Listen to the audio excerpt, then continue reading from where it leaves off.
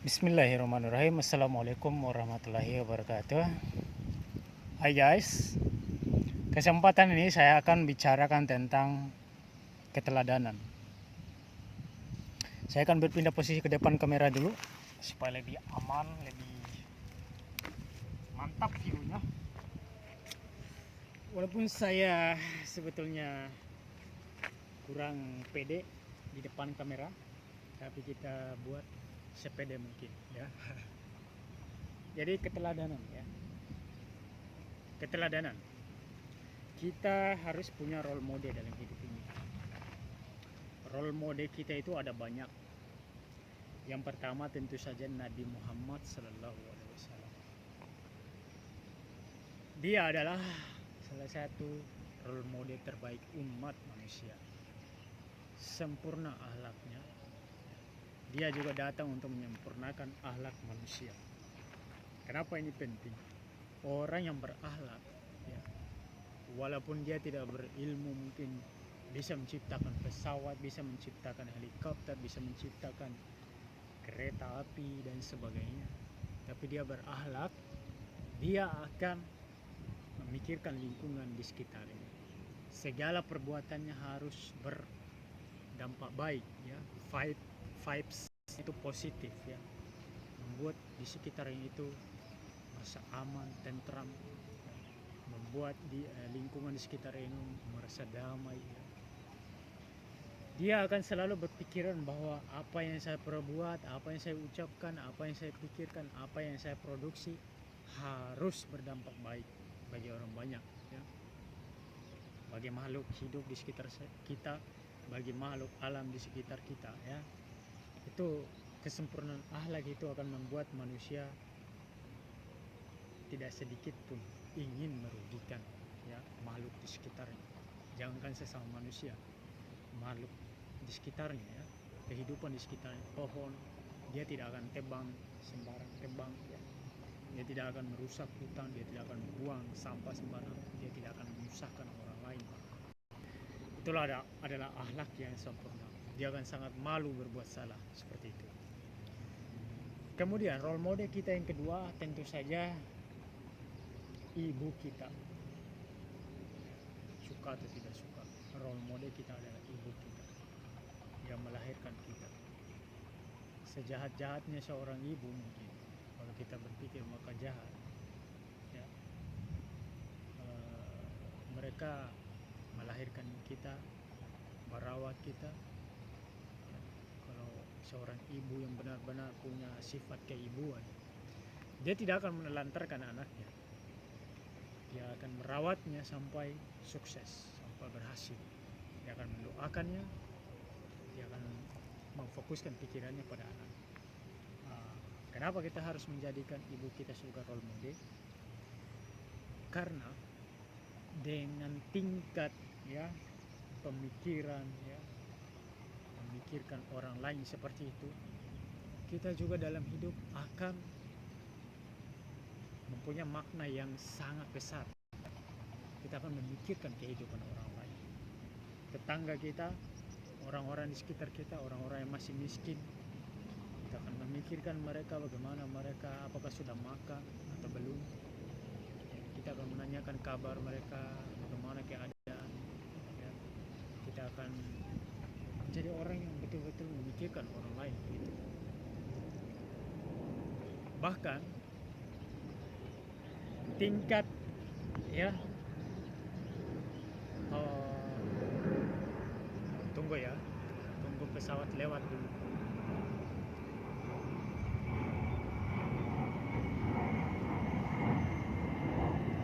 Di sini nih ada banyak pesawat yang lalu lalang karena mungkin dekat dari bandara, di sana bandara.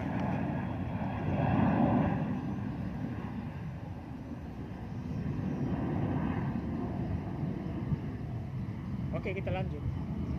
Seorang ibu itu fokus pikirannya betul-betul sampai ke tingkat tidak lagi memikirkan dirinya sendiri. Yang penting anaknya bisa sukses. Yang penting anaknya bisa makan, ya.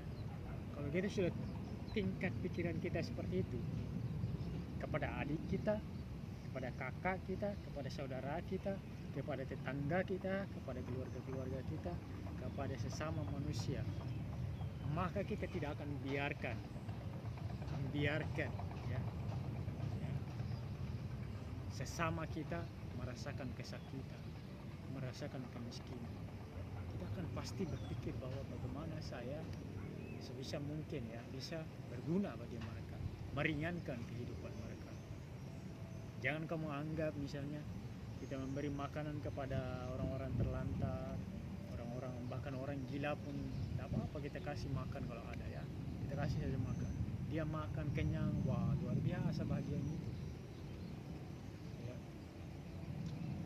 Tentu saja ibu kita akan memikirkan tingkat pemikiran, fokus pikiran mereka kepada anaknya luar biasa. Itu yang kita patut contohi. Dan juga seorang ibu itu teman-teman, dia akan bekerja keras untuk anak-anak. Nah, kita juga bisa jadikan beliau role model kita dalam bekerja keras agar kita bisa sukses. Kita tidak boleh lembek dalam hidup ini. Yang ketiga, role model kita adalah, anggap saja begini, ada saudara kita, kakak lah ya, kakak kandung gitu, yang menolong kita, misalnya yang membiayai pendidikan, yang membantu kita ketika sekolah dan sebagainya, sampai kita sukses, sampai kita berpenghasilan. Jadi kayak itu role model teman-teman. Saya sendiri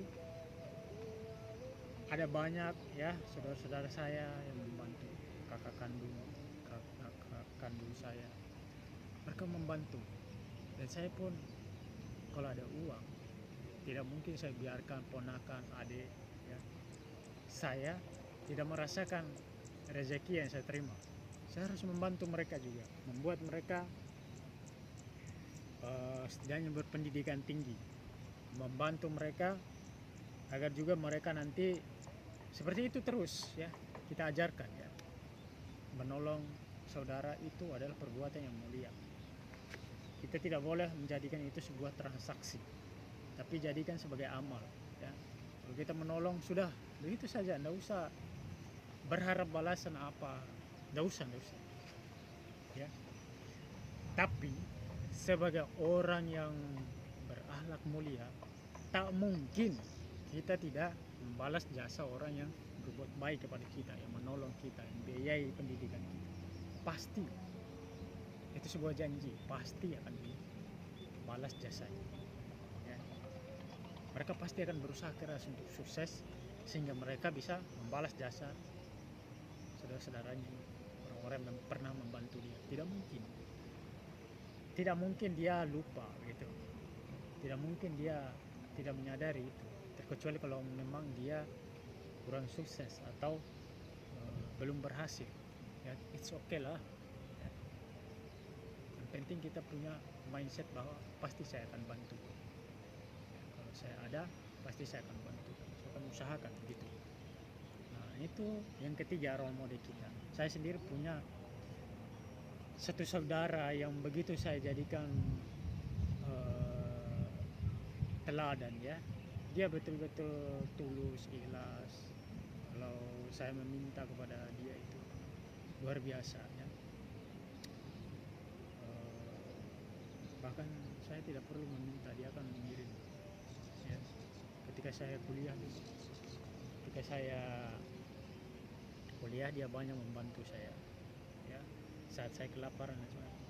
Apa yang bisa dihasilkan ketika kita kuliah itu kan kita harus fokus belajar dan sebagainya, kita belum berpenghasilan, dan di situ juga sebetulnya ada kesalahan. Seharusnya saat kuliah itu kita sudah berpenghasilan ya, sudah bisa menghasilkan sesuatu. Tapi rata-rata mayoritas di negara kita ini saat kuliah itu kita hanya menerima begitu, menerima kiriman dan sebagainya, menunggu kiriman dan sebagainya. Ya mungkin sudah seperti itu budayanya, padahal saat kuliah pun kita tetap bisa bekerja dan cari makan. Saya juga senggang begitu, kalau ada senggang, ada kalanya bisnis ya, jual-jual gitar, jual-jual dia menjual ya, cari uang dengan menjual dari dulu semenjak saya kuliah. Oke, supaya kita tidak terlalu menjadikan itu suatu kenyamanan. Dibantu orang itu jangan kita menjadikan sebuah kenyamanan. Tangan yang begini itu tidak enak ya, di bawah. Tangan yang di atas itu enak ya, bahagia hati ya. Tangan di bawah itu kayak orang yang tidak punya harga diri gitu kan. Kita harus berpikir seperti itu. Jadi kita tidak boleh terus-terusan membebani orang lain. Kita harus berpikir, saya harus cari makan sendiri, cari uang sendiri, cari rezeki sendiri, memutuskan sendiri ya. Minta wejangan boleh, tapi kita harus memutuskan sendiri apa yang terbaik ya, dengan ilmu yang kita pelajari. Jangan juga kita putuskan sesuatu tanpa ilmu, harus pakai ilmu. Kalau kita tidak punya ilmunya, kita minta wejangan, kita minta nasihat, begitu kan. Oke, itu yang ketiga. Ada 5 ya yang kita pelajari. Yang keempat, ayah kita ya. Saya jadikan ayah nomor 4 atau nomor 3 sebetulnya. Ayah kita itu kepala keluarga, pencari rezeki. Sebetulnya dia itu tidak ada bedanya dengan ibu kita. Yang membedakan memang dalam ajaran agama kita, ibu itu memang sangat besar ya jasanya, karena dia melahirkan, merawat bayi dan sebagainya. Ayah kita keluar mencari rezeki dan sebagainya. Sama-sama mereka itu berusaha, sama-sama menjadikan keluarganya keluarga yang bahagia ya. Jadi tidak ada bedanya sebetulnya kalau menurut saya, ibu ayah ya. Tapi ajaran agama kita itu memang betul mengatakan bahwa ibu itu harus lebih kita muliakan. Tapi kalau kita paham ini lagi, sama saja ya. Ibu dan ayah itu dua-duanya adalah orang hebat ya. Sama-sama punya posisinya masing-masing dalam hati kita ya, sebagai seorang anak. Jadi kedudukan mereka itu begini, seimbang ya. Saling melengkapi. Ibu yang merawat kita di rumah, ayah yang mencari makan rezeki untuk kita di luar, untuk dibawa pulang ke rumah kan begitu. Ayah ya, masing-masing di dunia ini kan punya ayah ya. Setiap anak itu pasti punya ayah ya. Terkecuali mungkin Nabi Isa ya, yang lahir ajaib, Nabi Adam ya, 2 itu mungkin sepengetahuan saya yang lahir ajaib tanpa ayah. Selain itu semua punya ayah. Bahkan Nabi kita Nabi Muhammad punya ayah. Kita harus menjadikan seorang ayah itu role model dalam hal bertanggung jawab. Bertanggung jawab ya. Garis bawahi, bertanggung jawab. Kita lihat ayah kita keluar pagi, pulang sore, mencari rezeki, nafkah untuk keluarga. Bisakah kita berpikir seperti itu? Bahwa dalam hidup ini saya punya banyak tanggung jawab ini. Entah tanggung jawab terhadap diri saya sendiri, keluarga saya, menjaga mereka, mengangkat derajat mereka, menjaga lingkungan saya. Itu semua tanggung jawab. Mencari rezeki, bekerja keras, semuanya tanggung jawab. Agar kita tidak menjadi orang yang memilih menjadi orang yang memelas, tangan di bawah. Kita lebih baik bekerja, membanting tulang, mencari makan sendiri, dibanding kita meminta-minta ya. Karena terlalu banyak orang meminta-minta ya, jangan kita tambah-tambah lagi ya. Semasi kita kuat fisik, pikiran kita masih berfungsi, berusaha untuk bekerja ya. Kita cari makan. Gak usah kita bercita-cita misalnya mau langsung sukses besar. Yang penting kita makan dulu, yang penting kita bisa tinggal dulu, yang penting kita tidak membebani orang lain dulu, yang penting tidak meminta-minta dulu ya. Selamatkan dulu diri kita dari sifat meminta-minta. Setelah itu kita selamatkan, ya, tidak lagi meminta-minta, baru kita pikirkan untuk menjadi suksesnya. Jadi bertahap begitu. Yang terpenting kita mampu dulu berdikari, kita mampu dulu untuk tidak meminta-minta. Sekali-sekali misalnya kalau memang kita sudah berada dalam kondisi kritis, tidak apa-apa meminta, ya, minta bantuan, ya kan, kita kan saling tolong menolong juga kan. Kapan dia tidak ada, ya saya tolong, ya kapan saya tidak ada mungkin dia akan menolong saya gitu kan. Harus dipastikan seperti itu kehidupan. Jangan kita terlalu nyaman dengan pertolongan orang lain. Kita harus meminta langsung kepada Tuhan, kita harus bekerja, kita harus berhenti, ya, menjadi peminta-minta itu tidak baik, ya. Itu bisa menjadi beban bukan saja keluarga kita, bahkan negara gitu. Yang kelima yang harus kita teladani adalah, Anda tahu siapa? Guru-guru kita, ya.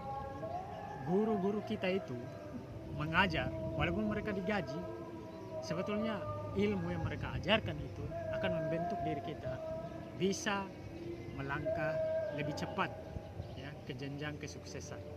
Jadi guru-guru kita itu adalah teladan kita untuk mengajarkan juga ilmu yang telah kita terima kepada orang lain. Contohnya kita mengedukasi orang, kita mengajarkan orang, ya, mencerahkan kehidupan orang, menyelamatkan orang dari kebodohan.